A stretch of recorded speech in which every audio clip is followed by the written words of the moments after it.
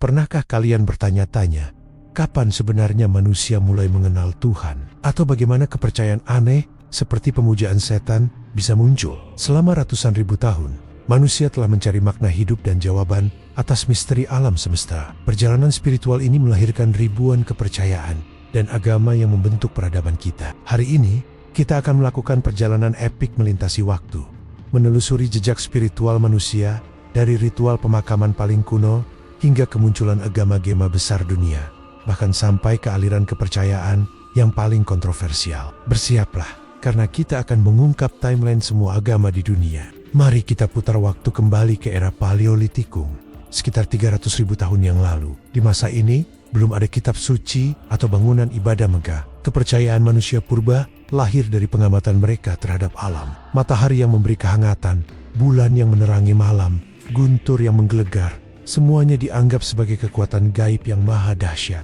Mereka percaya bahwa Roro tak kasat mata menghuni pepohonan, sungai, dan bebatuan.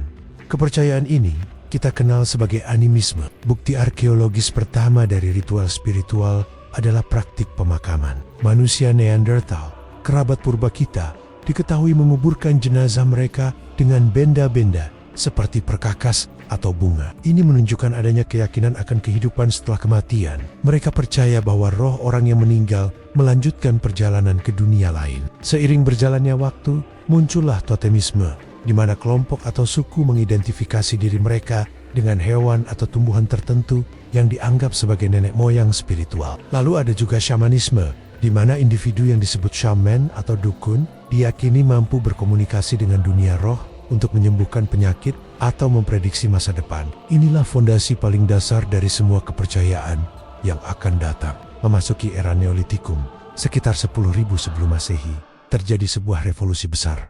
Manusia mulai bertani dan hidup menetap. Perubahan gaya hidup ini juga mengubah cara mereka beribadah. Alam tidak lagi hanya ditakuti, tetapi juga dipuja sebagai sumber kehidupan. Leher la politais, yaitu kepercayaan pada banyak dewa dan dewi.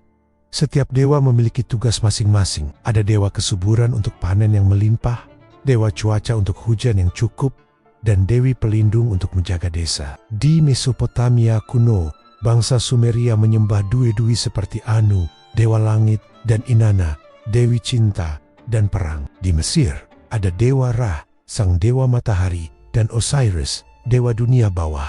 Di Yunani, kita mengenal Zeus, Poseidon, dan Hades yang bertahta di Gunung Olympus. Kuil-kuil megah mulai dibangun sebagai rumah para dewa, dan ritual kurban menjadi praktik umum untuk menenangkan atau meminta bantuan mereka. Kisah-kisah mitologi pun diciptakan untuk menjelaskan asal-usul dunia dan fenomena alam. Mitologi ini bukan sekadar dongeng, tapi panduan moral dan sosial bagi masyarakat kala itu. Di tengah lautan dewa-dewi, sebuah ide revolusioner muncul di wilayah Timur Tengah. Ide ini adalah monoteisme, yaitu keyakinan bahwa hanya ada satu Tuhan yang sejati. Titik awalnya sering dikaitkan dengan Zoroastrianisme di Persia sekitar 1500 sebelum Masehi yang didirikan oleh Nabi Zoroaster. Agama ini mengajarkan adanya satu Tuhan kebaikan bernama Ahura Mazda yang terus-menerus bertarung melawan roh jahat, Angramini. Konsep dualisme antara baik dan jahat ini kelak sangat mempengaruhi agama-agama besar lainnya. Kemudian, muncul Yudaisme atau agama Yahudi yang dianggap sebagai salah satu agama monoteistik tertua yang masih bertahan. Bermula dari perjanjian antara Tuhan yang disebut Yahweh dengan Abraham sekitar 2000 sebelum Masehi. Umat Yahudi percaya bahwa mereka adalah umat pilihan Tuhan dan Taurat adalah kitab suci yang berisi hukum dan petunjuk darinya. Dari akar Yudaisme inilah, sekitar 2000 tahun yang lalu, lahir kekristenan. Agama ini berpusat pada ajaran Yesus Kristus yang diyakini oleh para pengikutnya sebagai putra Tuhan dan juru selamat umat manusia. Dengan kitab suci Alkitab, kekristenan menyebar dengan cepat ke seluruh kekaisaran Romawi dan kemudian ke seluruh dunia. Sekitar 600 tahun setelah kemunculan Yesus di Jazirah Arab, seorang nabi bernama Muhammad menerima wahyu dari Tuhan atau Allah dalam bahasa Arab. Ajaran yang beliau sampaikan menjadi dasar dari agama Islam. Tuhan yang mutlak, tanpa sekutu atau perantara. Umat Muslim, sebutan bagi para pengikutnya, meyakini Al-Quran sebagai firman Tuhan yang sempurna dan Muhammad sebagai nabi terakhir. Seperti kekristenan, Islam juga menyebar dengan sangat cepat. membentang dari Spanyol hingga ke perbatasan Tiongkok dalam waktu yang relatif singkat. Agama-agama yang lahir dari tradisi Abrahamik Yudaisme, Kekristenan, dan Islam kini memiliki miliaran pengikut dan menjadi kekuatan spiritual, budaya, dan politik yang sangat besar di dunia. Meskipun memiliki perbedaan dalam ritual dan interpretasi, ketiganya berbagi akar sejarah yang sama dan kepercayaan pada satu Tuhan yang menciptakan alam semesta. Sementara di belahan dunia lain, di India, berkembang pula tradisi spiritual yang sangat kaya yang dikenal sebagai agama Dharma. Salah satu yang tertua adalah Hinduisme, yang akarnya bisa ditelusuri hingga peradaban lembah Indus ribuan tahun sebelum Masehi.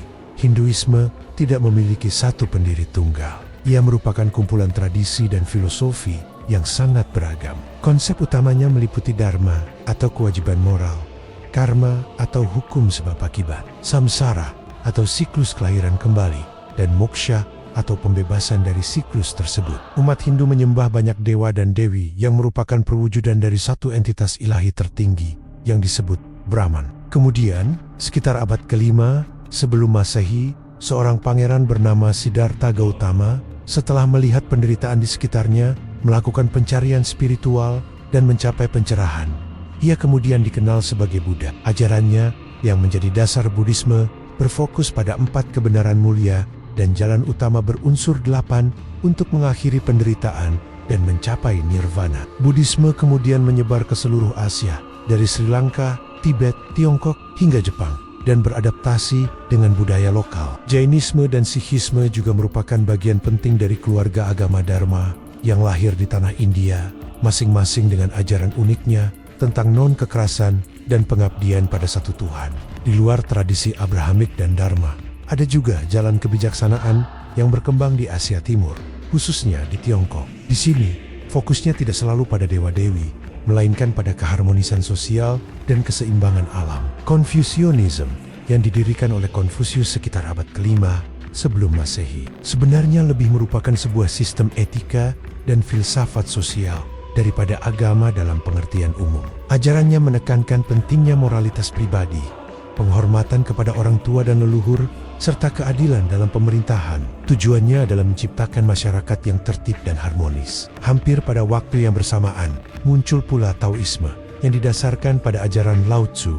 Taoisme mengajak manusia untuk hidup selaras dengan Tao, yaitu jalan atau kekuatan alam semesta yang tak terlihat. Berbeda dengan Konfusianisme yang menekankan aturan sosial, Taoisme lebih menganjurkan kesederhanaan, spontanitas, dan hidup menyatu dengan alam. Kedua ajaran ini, bersama dengan Buddhisme yang datang kemudian, saling melengkapi dan membentuk 3 pilar utama dalam pemikiran dan kebudayaan Tiongkok selama ribuan tahun, mempengaruhi segala aspek kehidupan, dari seni, politik, hingga pengobatan tradisional. Seiring berjalannya waktu, agama-agama yang sudah mapan ini melahirkan berbagai cabang dan aliran baru. Dalam kekristenan, misalnya, terjadi perpecahan besar seperti skisma Timur Barat yang memisahkan Gereja Katolik Roma dan Ortodoks Timur, serta reformasi Protestan yang dipelopori oleh Martin Luther. Dalam Islam, perpecahan utama terjadi antara Sunni dan Syiah setelah wafatnya Nabi Muhammad, yang berakar dari perbedaan pandangan mengenai suksesi kepemimpinan. Selain itu, seiring dengan penjelajahan dan kolonialisme agama-agama ini menyebar ke benua-benua baru seperti Amerika dan Australia, seringkali bercampur dengan kepercayaan lokal dan menciptakan bentuk-bentuk sinkretisme yang unik. Misalnya, kepercayaan Voodoo di Haiti yang menggabungkan unsur-unsur agama dari Afrika Barat dengan Katolik Roma.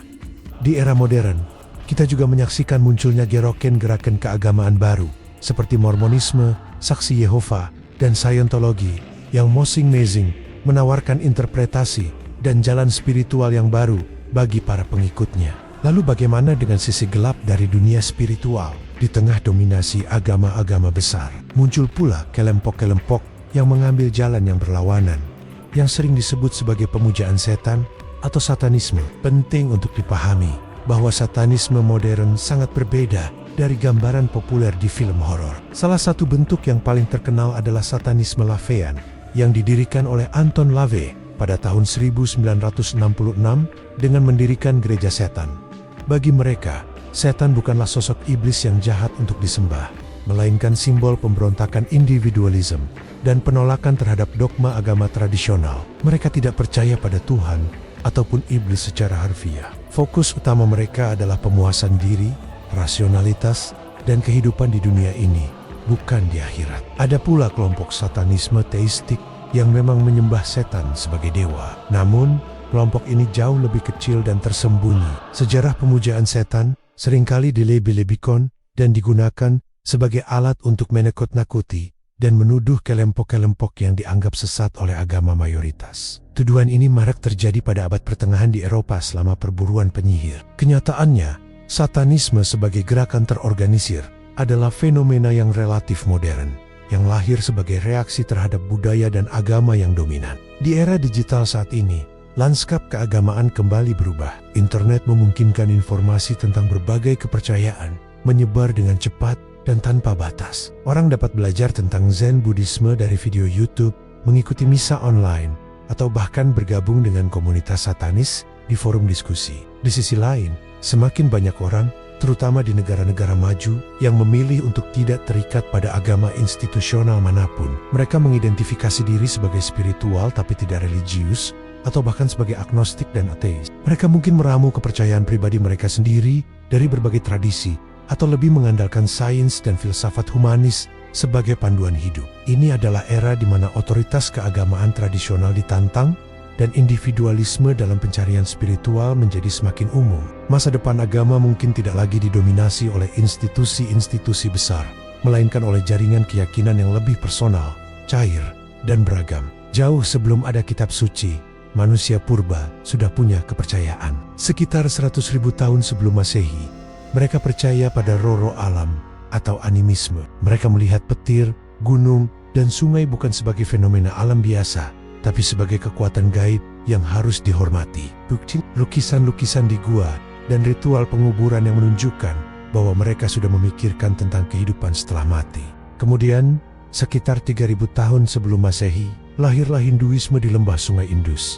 Agama ini dianggap sebagai salah satu yang tertua di dunia yang masih eksis hingga kini. Tidak lama setelah itu, di Mesir kuno, Firaun dan rakyatnya menyembah dewi-dewi seperti Radwara dan Osiris. Lalu di periode yang hampir bersamaan, lahirlah Yudaisme di Timur Tengah yang menjadi cikal bakal agama Samawi.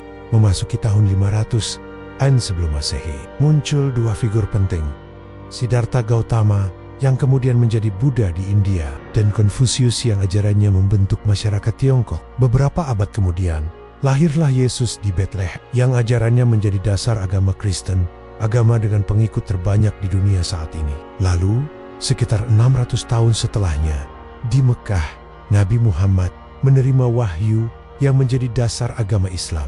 Agama-agama ini menyebar ke seluruh dunia, membentuk peradaban, budaya, bahkan kerajaan. Tapi, di sisi lain, ada juga kepercayaan yang lebih gelap. Seiring berjalannya waktu, muncul kelompok-kelompok yang memuja entitas yang dianggap jahat dalam agama-agama besar, yang kemudian dikenal sebagai pemujaan setan atau satanisme. Meski sering digambarkan menyeramkan di film, satanisme modern yang terorganisir seperti Church of Satan yang didirikan tahun 1966 sebenarnya lebih fokus pada individualisme dan kebebasan pribadi, bukan pengorbanan seperti yang banyak dibayangkan. Dari menyembah roh pohon hingga memuja ideologi kebebasan mutlak, perjalanan kepercayaan manusia sangatlah panjang dan beragam. Ini menunjukkan betapa kreatifnya manusia dalam mencari makna hidup dan jawaban atas misteri alam semesta. Menurutmu, kepercayaan apa yang paling menarik? Tulis di kolom komentar ya. Terima kasih sudah menonton. Jangan lupa subscribe.